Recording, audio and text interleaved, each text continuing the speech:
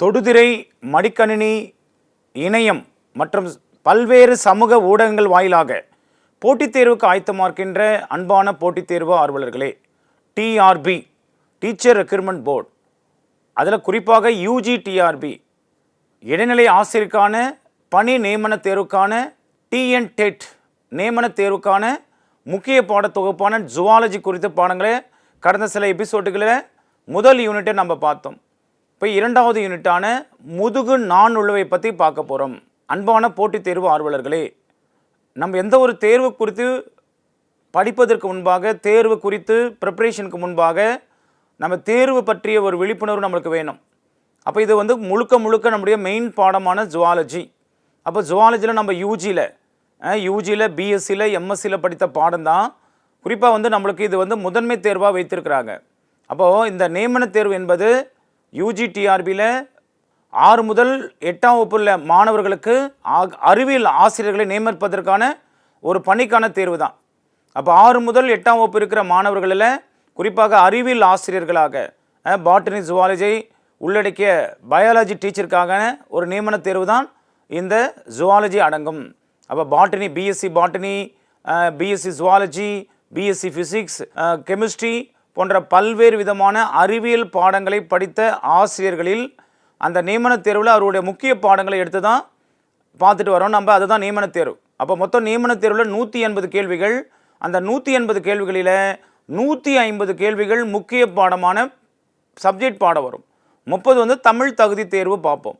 அப்போ அது ஏற்கனவே நம்ம முதல் யூனிட்டு நம்ம பார்த்தோம், முதுகு நான் உள்ளவை. இப்போ இரண்டாவது யூனிட்டாக நம்ம பார்க்க போகிறோம். அப்போ முதுகு நான் உள்ளவை இதனுடைய சிலபஸ் பாருங்கள். 2வது யூனிட்டில் நம்ம எதெல்லாம் பார்க்குறோன்னா, முதுகு நான் உள்ளவைகளின் தோற்றம், 2வது பொதுவான பண்புகள் மற்றும் முதுகு நாணி தொகுதிகளின் வகைப்பாடு, எடுத்துக்காட்டுகளுடன் அதனுடைய பொது பண்புகள் மற்றும் வகைப்பாடு பாலிட்டிக்கல் வரை பார்க்க போகிறோம். அடுத்ததாக முன்முதுகு நான் உள்ளவை, அதனுடைய வகை பற்றிய ஆய்வு, அரை நாணிகள், பலனோ கிளாசஸ், ஏகோரன் புழுக்கள், யூரோகார்டேட்டா வால் நாணிகள், அசிடியன் செப்பலோகார்டேட்டா தலை நாணிகள், பிரான்சோஸ்டோமா ஆம்பியாக்சிஸ். 3வதாக தாடையற்றவை, அந்த தாடையற்றவுடைய வகை பற்றிய ஆய்வு, பெட்ரோமைசான். பொதுவான தலைப்புகள், வட்ட வாயினரின் தொடர்புகளை பற்றி பார்க்க போகிறோம். அடுத்ததாக மீன்கள் பற்றி பார்க்க போகிறோம். அந்த மீன்கள் வகை, அதனுடைய பற்றிய ஆய்வு, ஸ்கோலோட்டோயான், சொரோகோவா மற்றும் மடவை மீன்கள், நுரையீரல் மீன்கள், நுரையீரல் மீன்கள், பொதுவான தொடர்பு, ஈவன் மீன்களில் காணப்படும் செதில்கள் மற்றும் துடிப்புகளின் வகைகள், துணை சுவாச உறுப்புகள், காற்று பைகள், வலசை போதல், தட் மீன் மைக்ரேஷன், பெற்றோர் பராமரிப்பு, பொருளாதார முக்கியத்துவத்தை பற்றியும் மீன்கள் சம்பந்தமாக பார்க்க போகிறோம். அடுத்ததாக முதுகு நாணலுள்ள இரு வாழ்விகளை பற்றி பார்க்க போகிறோம்.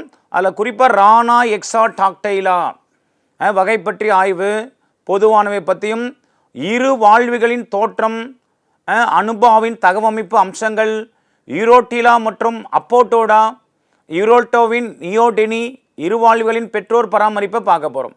அடுத்த ஊர்வன, அந்த ஊர்வன வகை பற்றிய ஆய்வு, கெலோட்டஸ், வெர்சிகலர், ஊர்வனின் தோற்றம், இந்தியாவின் பாம்புகள், விஷமுள்ள பகுதி மற்றும் பாம்புகள் கடிக்கும் வழிமுறைகள்.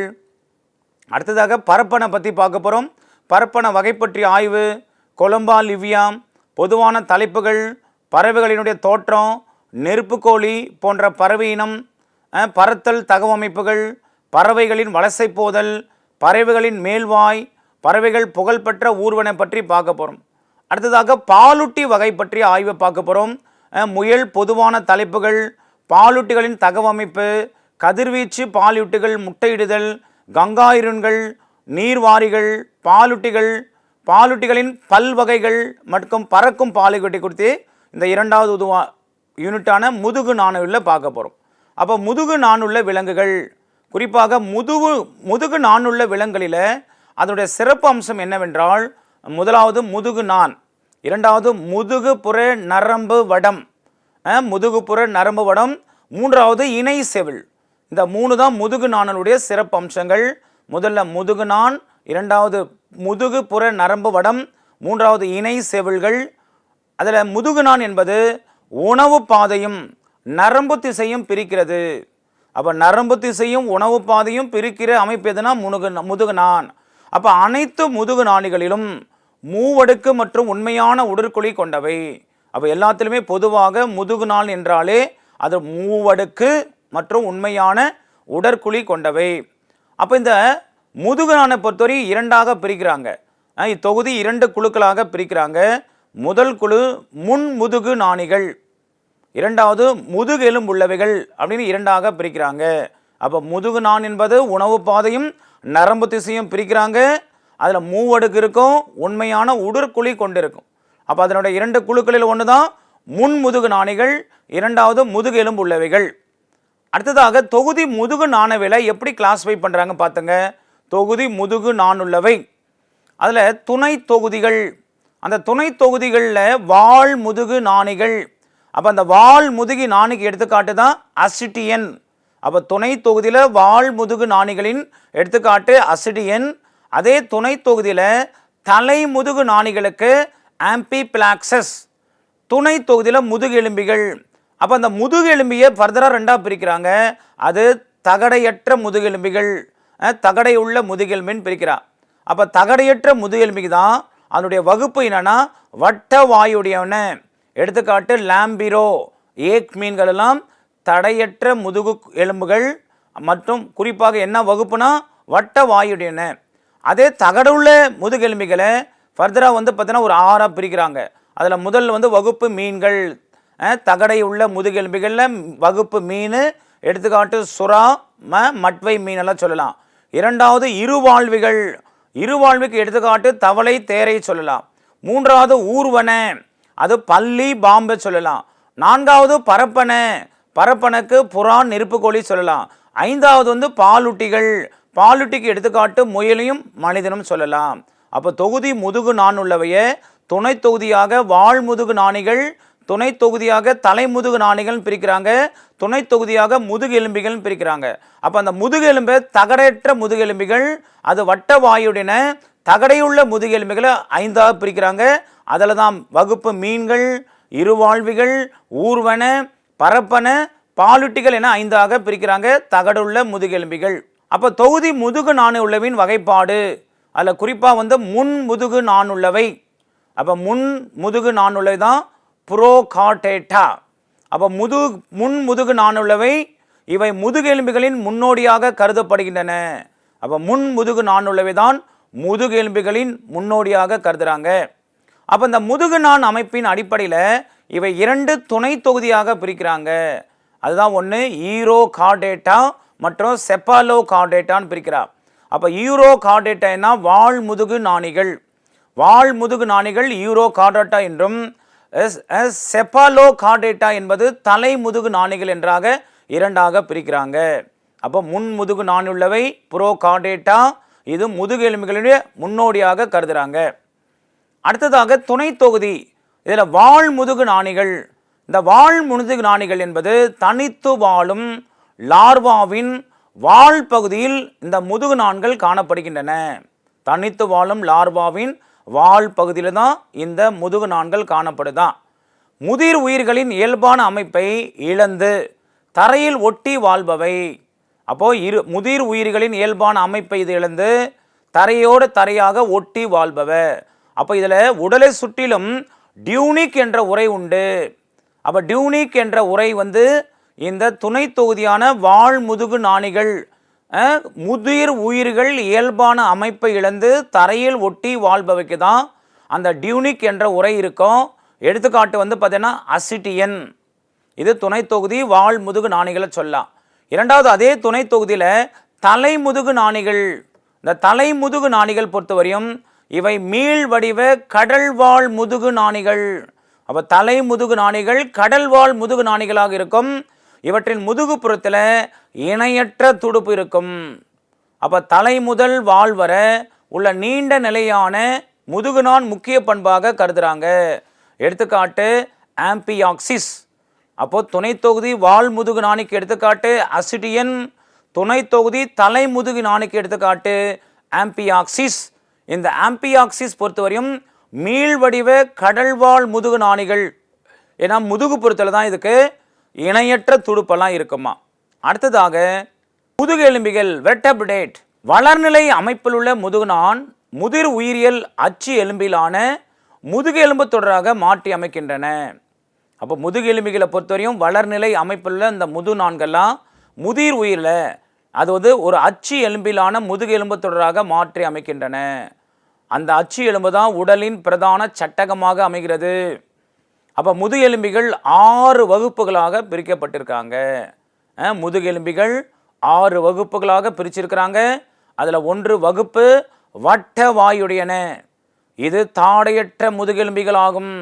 அப்போ தாடை இல்லாத முதுகெலும்பி எதுனா வட்ட வாயுடையவன. இது வாய்த்துவாரும் தாடைகளால் சூழப்படாத நிலை. அதனால தான் இது தாடையற்ற முதுகெலும்பி. உடல் விலாங்கு மீன் போன்ற நீளமானது. அதனுடைய வாய் வட்ட வாய், வட்ட வடிவம். அப்போ மீன்களின் மேல்புற ஒட்டுணியாக வாழ்க்கை நடத்துவது தான் இந்த வட்ட வாயுடைய தாடையற்ற முதுகெலும்பி ஆகும். விலாங்கு மீன் போன்ற நீளமுடையது, வட்ட வடிவ வாயுடையது, மீன்களின் மேல்புற ஒட்டினியாக வாழ்க்கை நடத்தும். எடுத்துக்காட்டு ஏக் மீன், லாம்ப்ரே. அப்போ முதுகெலும்பி 6 வகையில் முதல் வகை வட்ட வாயுடையன. எடுத்துக்காட்டு ஏக் மீன், லாம்ப்ரா. இரண்டாவது வகுப்பு மீன்கள். அப்போ குளிரத்த பிராணிகளான பொய்க்ளோதெர்மிக். குளிரத்த பிராணிகளான பொய்க்ளோதெர்மிக் நீர்வாழ் முதுகெலும்பிகள். உடல் எப்படி இருக்குன்னா மீன்களுக்கு படகு போன்ற அமைப்பு. இதனுடைய 3 பகுதிகள் தலை, உடல், வால் இணை துடுப்புகளாலும் நடுமைய துடுப்புகளாக நீந்தி செல்கின்றன. அப்போ இந்த மீன்களுடைய சுவாசம் செவில்கள் வழியாக நிகழ்கிறது. இதயம் பார்த்தீங்கன்னா 2 அறைகளை கொண்டது. அப்போது இதனுடைய சுவாசம் செவில்கள் குறிப்பாக 3 பகுதி தலை, உடல், வால் இணை துடுப்புகளாலும் நடுமைய துடுப்புகளாக நீந்தி செல்கிறது. இதயம் ஆரிக்கல், வென்ட்ரிக்கல் என 2 அறைகளை கொண்டது. 2 முக்கிய மீன் வகைகள் குருத்தெலும்பு மீன்கள். குறிப்பாக குருத்தெலும்பு மீன்கள் இவற்றில் எலும்பு சட்டகம் குருத்தெலும்பிலால் ஆனது. எடுத்துக்காட்டு சுறா மீனெல்லாம் குருத்தெலும்பால் ஆன மீன். அதே மாதிரி ஸ்கேட்டஸ் என்ற மீனும் குருத்தெலும்பால் ஆனது. அடுத்தது குருத்தெலும்பு மீன்கள் போல எலும்பு மீன்கள் என்ற ஒரு வகையும் இருக்கிறது மீன்களில். அப்போ 2 முக்கியமான மீன் வகையில் முதல் வகை குருத்தெலும்பு மீன்கள், இரண்டாவது எலும்பு மீன்கள். இது எலும்பு சட்டகத்தை கொண்டவை. எடுத்துக்காட்டாக கெண்டை, மடவை எல்லாம் எலும்பு மீனுக்கு எடுத்துக்காட்டு. அப்போது இதயம், ஆரிக்கல், வென்ட்ரிக்கல் என்ற 2 அறைகள், சுவாசம் செவில்களால் வழியாக நடக்கும் 3 பகுதிகள், 2 முக்கியமான மீன் வகை. குருத்தெலும்பு மீன் குருத்தெலும்பால் ஆனது. எலும்பு மீன் எலும்பு சட்டத்தால் ஆனது. எலும்பு மீனுக்கு எடுத்துக்காட்டு கெண்டை, மடவை. வேற குருத்தெலும்புக்கு மீனுக்கு எடுத்துக்காட்டு சுறா, ஸ்கேட்டஸ். 3வது வகை பாருங்க, இதை மீன் பாருங்க, பிலிப்பைன். அதாவது கோபி, குட்டை பிசுபி கோபி, டுவெல் பிக்மி கோபி, மிக சிறிய முதுகெலும்பி. இது வெப்பமண்டல பகுதியில் வாழும் மீனினம். இந்த கோபி, பிலிப்பைன் கோபி வெப்பமண்டல பகுதியில் வாழும் மீனினமா.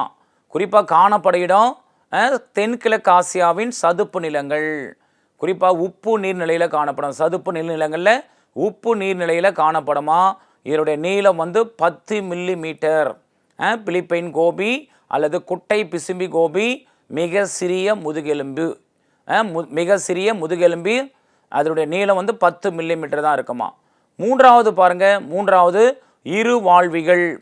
இவை முதலில் தோன்றிய 4 கால்களை உடைய உயிரினங்கள் ஆகும். அப்போ கீழே கொடுக்கப்பட்ட முதுகெலும்புகளில் முதலில் தோன்றிய 4 காலுடைய உயிரினம் எதுனா இருவாழ்விகள், ஆம்பிபியன். இது நீர் மற்றும் நிலத்தில் வாழ்பவ. இதனுடைய 2 பகுதிகள் தலை, உடல் என்ற 2 பகுதிகளை பெற்று காணப்படும். சுவாசம் பார்த்தீங்கன்னா செவில்கள், நுரையீரல்கள், தோல் மற்றும் தொண்டை வழியாக நடைபெறுகிறது. அப்போ இருவாழ்வுகளில் சுவாசம் செவில், நுரையீரல், தோல் மற்றும் தொண்டை வழியாக நடைபெறுகிறதாம். அதே மாதிரி இதயமானது இது 3 அறைகளை கொண்டது. குறிப்பாக 2 ஆரிக்கல், ஒரு வென்ட்ரிக்கல், 2+1 3 விதமான அறைகளை, இதய அறைகளை கொண்டது. எதுனா இருவாழ்விகள். சுவாசம் 4 வழியில் நடைபெறுது. 1 செவில், 2வது நுரையீரல், 3வது தோல், 4வது தொண்டை வழியாக 3 அறைகள். குறிப்பாக முட்டைகள் நீரில் ஈடுபடுகின்றன. அப்போ இருவாழ்வின் முட்டைகள் நீரில் இடப்படுகிறது.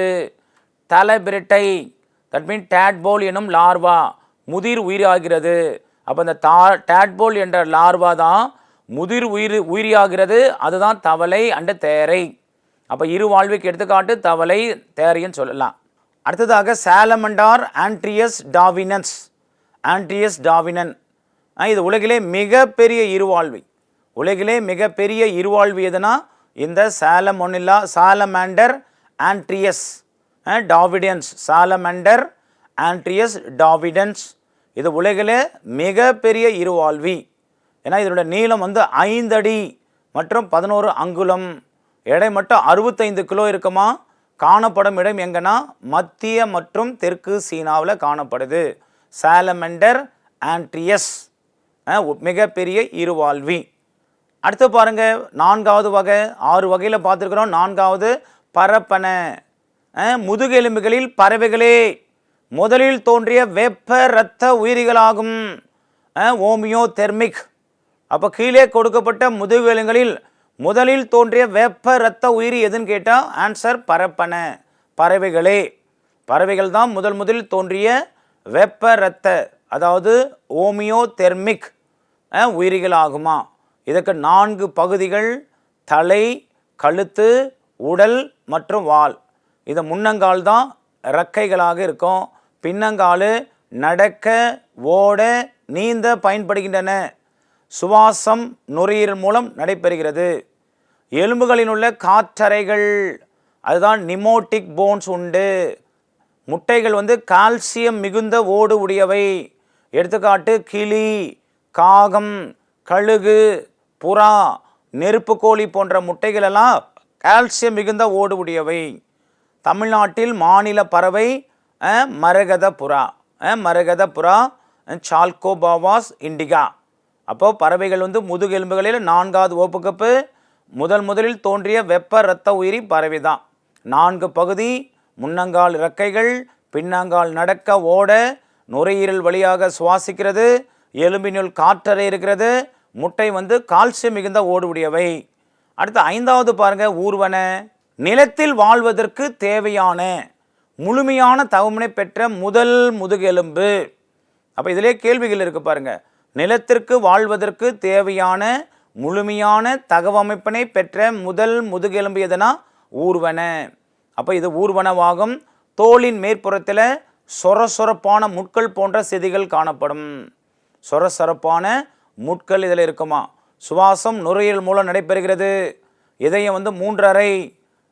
குறிப்பாக முதலையில் மட்டும், ஊர்வனையில் முதலை மட்டும் 4 அறைகள் உண்டா. முட்டைகள் தடித்த தோல் போன்ற ஓடுகள் கொண்டவை.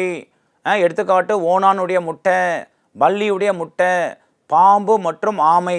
இதெல்லாம் ஊர்வன.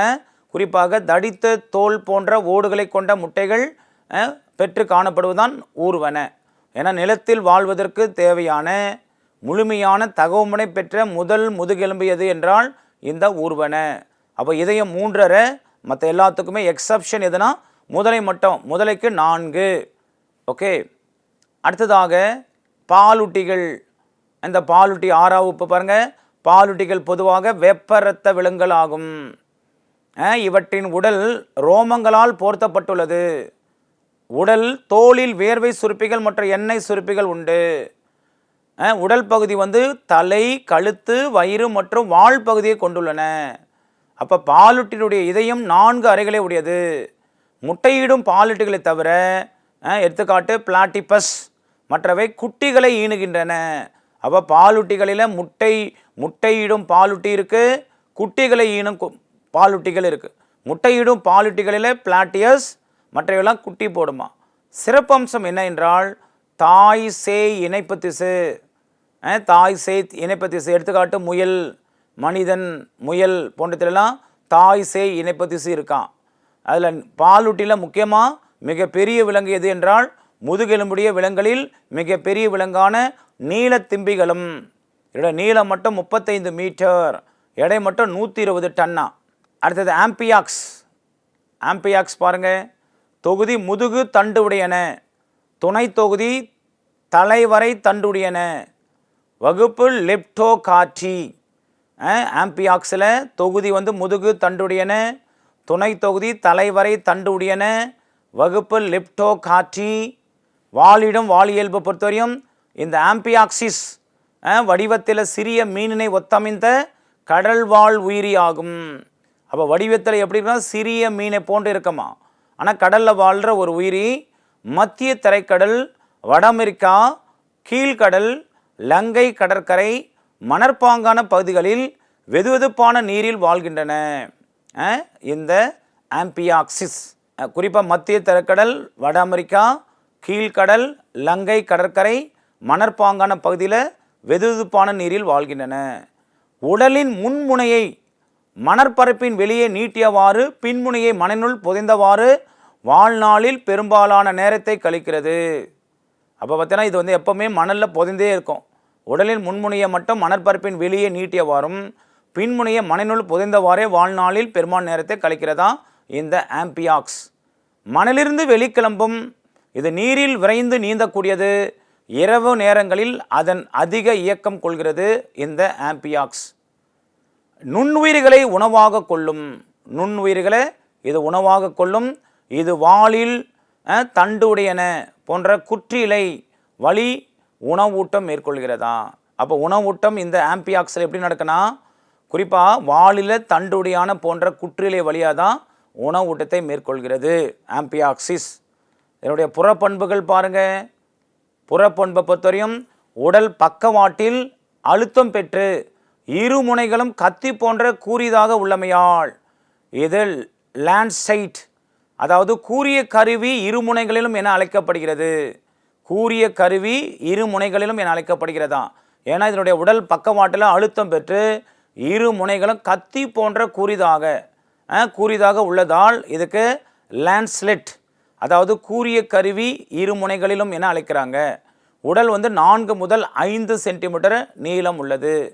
தெளிவான தலைப்பகுதி காணப்படவில்லை என்றாலும் கூரிய முகடு, தட் மீன் ரோஸ்டம் கொண்டிருக்கிறதா. கூரிய முகடு வந்து இதுக்கு காணப்படுதான்.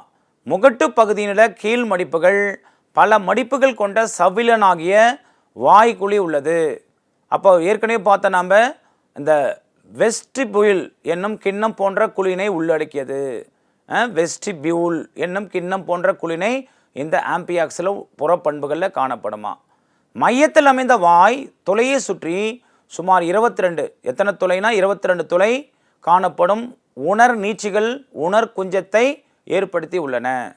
அகன்ற ஒரு வால் துடுப்பு காணப்படுதான். முதுகுப்புற தடுப்பில், அதாவது முதுகுப்புற துடுப்பில் ஒரு வரிசை துடுப்பு அரை பெட்டிகள், தட் மீன் பைனரி பாக்ஸ் உள்ளன. வயிற்று துடுப்பில் இந்த அரை பெட்டிகள் இரு வரிசைகள் உள்ளன. அப்போ வால் துடுப்பில் காணப்படுவது இல்லை. அப்போ வாய்க்குள்ளிருந்து எச்சித்துளை வரையிலான உடலின் வயிற்றுப்பக்க சுவர் இரு மருங்கிலும் கூடாரமாக நீண்டு கடை மருங்கு மடிப்புகள், தட் மீன் மெட்டாஃப்ளூரல் ஃபோல்டு என மாற்றம் அடைந்துள்ளன. இம்மடிப்புகளுக்கிடையே உடற்சுவர் மேல் பகுதி மடிந்து எப்பிலேரை தோற்றுவித்துள்ளது. அப்போ வயிற்றுப்புறத்தில் சற்று இடது பக்கத்தில் வால் துடிப்பின் அடிப்பகுதியில் மலைப்புலை திறக்கிறதா. அப்போ மலைப்புலை அல்லது வயிற்று துடிப்புக்கு சற்று முன்பாக ஏச்சிய துளை காணப்படுகிறது. அப்போ உடல் பக்கவாட்டில் அழுத்தம் பெற்று இரு முனைகளும் கத்தி போன்ற கூறியதாக உள்ளதுனால தான் இதுக்கு வந்து பார்த்தோன்னா கூரிய கருவி இருமுனை என அழைக்கிறாங்க ஆம்பியாக்ஸ். அப்போ அகன்ற ஒரு வால் துடிப்பு காணப்படுது. முதுகுப்புற துடிப்பில் ஒரு வரிசை துடுப்பு ஆரை பெட்டிகள் எல்லாம் இருக்குது. வயிற்று துடிப்பில் ஆரை பெட்டிகள் இரு வரிசையில் காணப்படுதான். இதில் என்ன கிடையாதுன்னா மலைப்புலை அடிப்பகுதியில், வால் துடுப்பினுடைய அடிப்பகுதியில் தான் மலைப்புலை திறக்கிறது. அப்போ மலைப்புலை அல்லது வயிற்று துடிப்புக்கு சற்று முன்பாக தான் ஏச்சிய துளை காணப்படுகிறது. அதாவது இதனுடைய ஆம்பியாக்ஸினுடைய புற பண்புகளை பார்த்தோம். இந்த உடல் 4 முதல் 5 சென்டிமீட்டர் வரை நீளத்துடன் காணப்படும். தெளிவான தலைப்பகுதி காணப்படலை என்றாலும் கூரிய முகடு, அந்த முகடுக்கு வந்து ரோஸ்டம் கொண்டிருக்குமா. அடுத்து பேர் ஆம்பியாக்ஸுடைய உடற்சுவர் புறசட்டகம் எலும்பினால் இதன் புறப்பரப்பு ஓரளவு மென்மையாக உள்ளது. புறசட்டகம் எதுவும் மென்மையினால் இதன் புறப்பரப்பு ஓரளவு மென்மையாகவே இருக்குமா. உடற்சுவர் வந்து இனப்பெருக்க உறுப்புகள் தசை கண்டங்கள் தட் மீன் மைட்டோம் ஆகியவற்றை காண்கின்ற வகையில் ஒளி ஊடுருவு கூடியதாக உள்ளது. உடற்சுவர் மற்றும் இனப்பெருக்க உறுப்புகள், தசை கண்டங்கள் எல்லாமே காண்கின்ற வகையில் ஒளி ஊடுருவக்கூடியதாக இருக்கான். அதே மாதிரி புறத்தோல் தட் மீன் எபிடெர்மிஸ், அந்த புறத்தோல் தசைப்பட்டைகள் மசில் பேண்ட் ஆகியவற்றில் ஆகியிருக்கிறது. இவற்றில் சில சுரப்பி செல்களாகவும் சிலர் உணர் செல்களாக மாற்றமடைந்துள்ளன. அப்போ அந்த புறத்தோல் செல்கள் துகளுடைய உரையை, அதாவது துகளுடைய உரைனா கியூட்டிகளை சுரக்கிறது. இது புறத்தோலுக்கு மேலாக அமைந்துள்ளது. அப்போ புறத்தோலுக்கு அடியில் ஜெலாட்டின் என்னும் பொருளாகி இருக்கிறது. இது நெருக்கமற்ற முறையில் அமைந்து நார்களால் பின்னப்பட்ட உட்பலம் காணப்படுகிறது. அப்போ நார்களால் பின்னப்பட்ட உட்பலம் தான் இதுக்கு கியூட்டிஸ் என்று பெயர். அப்போ தோலின் சில நரம்பு முனைகளில் இரத்த நாளங்கள் இருமருங்கிலும் சுமார் 60 தசை கண்டங்கள் காணப்படுகின்றன. இந்த தசை கண்டங்கள் நீள் தசைகளாலும் வரித்தசை நார்களாலும் ஆக்கப்பட்டுள்ளன. அப்போ தோலுடைய சிறப்பு நரம்பு மூளைகளின் இரத்த நாளங்கள் இருமருங்கிலும் 60 தசைகளை கண்டங்களாக காணப்படுது. அந்த தசை கண்டத்தில் தான் நீள் தசைகளாலும் வரித்தசை நார்களாலும் ஆக்கப்பட்டிருக்கும். அடுத்த தசைக்கட்டுகள் ஒரு மெல்லிய இணைப்பு திசுளாகிய தசைக்கட்டு தடுப்பு சுவர் அல்லது மயோகோமேட்டாவினால் பிரிக்கப்படுது. தசைக்கட்டுகள் மயோகோமேட்டாவினால் பிரிக்கப்படுதான். வலது இடது பக்க மயோகேமிட்டாவினால் நேருக்கு நேர் அமைந்திருப்பதில்லை. இது எப்படி இருக்குன்னா மாறி மாறி சிறப்பான முறையில் அமைந்திருக்கின்றன. எனவே இதனுடைய தசைகளின் சுருக்கத்தால் உடலை பக்கவாட்டில் வளைத்து நீந்த முடிகிறது. அது மட்டும் இல்லாமல் குறுக்கு தசைகள் கண்ட அமைப்புடன் காணப்படுவதில்லை. இவை நீரினை வெளியே தள்ளுவதற்கும் பயன்படுத்துகிறது. குறுக்கு தசைகள் நீரினை வெளியே தள்ளுவதற்கு பயன்படுதான். அதே தசைக்கட்டுகள் உட்புற உள்ள புடற்குழியின் சூழப்படத்தால் போர்த்தப்பட்டுள்ளது. ஆம்பியாக்ஸுடைய உடற்சுவர் அதனுடைய புறச்சட்டகம் எதுவுமே இல்லாதனால ஓரளவு மென்மையாகவே காணப்படும். உடற்சுவர் இனப்பெருக்க உறுப்புகள் தசை கண்டங்கள் எல்லாம் ஊடுருவக்கூடியதாக இருக்கும். குறிப்பாக இது பார்த்தீங்கன்னா 60 தசை கண்டங்களை காணப்படுது. தசை கட்டைகள் இணைப்பு திசுவாக காணப்படுது. வலது இடது பக்க மயோகேமெட்டினால் நேருக்கு நேர் அமைந்து மாறி மாறி சிறப்பான முறையில் அமைந்திருக்கிற ஒரு உடற்சுவர் தான் ஆம்பியாக்சிஸ். அடுத்தது சட்டகம். இந்த சட்டகம் பொறுத்தவரையும் முழுமையான அகத்தே அமைந்துள்ளது. புறச்சட்டகம் முழுமையாக இல்லை. அகச்சட்டகத்தில் முதுகுத்தண்டு, துடுப்பு ஆரைகள், வாய்க்குழிவு சட்டகம், அகவரி பள்ளம், தொண்டை, எலும்பு மற்றும் உடலின் பிற பாகங்களை தாங்குகின்ற நார்படலங்கள் யாவும் அடங்குதுதான் அகச்சட்டகத்தில். அப்போ சட்டகத்தை பொறுத்தவரையும் முழுமையான அகத்தே கொள்ளது. புறச்சட்டகம் முழுமையாக இல்லை. அந்த அகச்சட்டத்தில் தான் இத்தனை உறுப்புகள் இருக்கும். முதுகுத்தண்ட துடிப்பாறைகள், வாய்க்குழு சட்டங்கள், அகவரி பள்ளம், தொண்டை, எலும்பு மற்ற உடலின் பிற பாகங்களை தாங்குகின்ற நார்படலங்கள் யாவும் அடங்கும். அப்போது இந்த ஆம்பியாக்ஸினுடைய தசை சுருங்குதலின் போது உடல் சுருங்குதலின் போதும் உடல் சுருக்கம் அடையாது. தடுப்பதே இதனுடைய முதன்மையான பணி தான் இந்த சட்டகத்தினுடைய வேலை. தனித்த குச்சி போன்ற துண்டுகளால் ஆகிய ஒரு குருத்தெலும்பு போன்ற வலை அமைப்பு வாய்க்குழினை தாங்கின்றது. இத்துண்டுகள் வாய்க்குழிவு விரல் நீட்சிகள், அதாவது பக்கிள் சிரரி அடிப்படையில் அமைந்துள்ளன. அதில் மென்மையான குருத்தெலும்புகள் போன்றவை ஜெலாட்டினஸ் பொருளாக மாற்றமடைந்துள்ளது. அடுத்தடுத்த செவில்கள் பிளவுக்கு கிடைப்பட்ட செவில் தண்டுகளும் சட்டக்குச்சிகளால் தாங்கப்படுகின்றன. அப்போ ஜெலாட்டினஸ் பொருளாகிய குச்சிகள் முதல்நிலை, இரண்டாம் நிலை என இரு வகைப்படுமா. செவில் ஆரைகள் ஜெலாட்டின் பொருளுடைய மாற்றமைந்த இணைப்பு திசுகளாகியதான். அகவரி பள்ளம், அதாவது இந்த சட்டகத்தில் அகவரி பள்ளம் இரு சட்ட தகடுகளை கொண்டுள்ளன.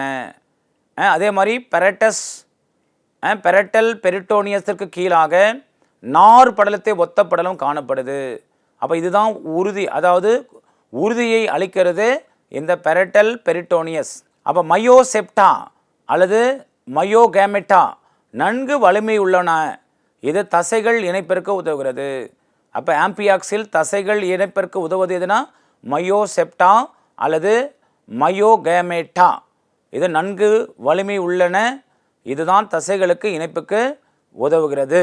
சட்டகம், ஆம்பியாக்ஸுடைய சட்டகம். இதனுடைய உணவு மண்டலத்தை நம்ம அடுத்து வர வீடியோ தொப்பில் தொடர்ந்து நம்ம பார்ப்போம். தேங்க்யூ.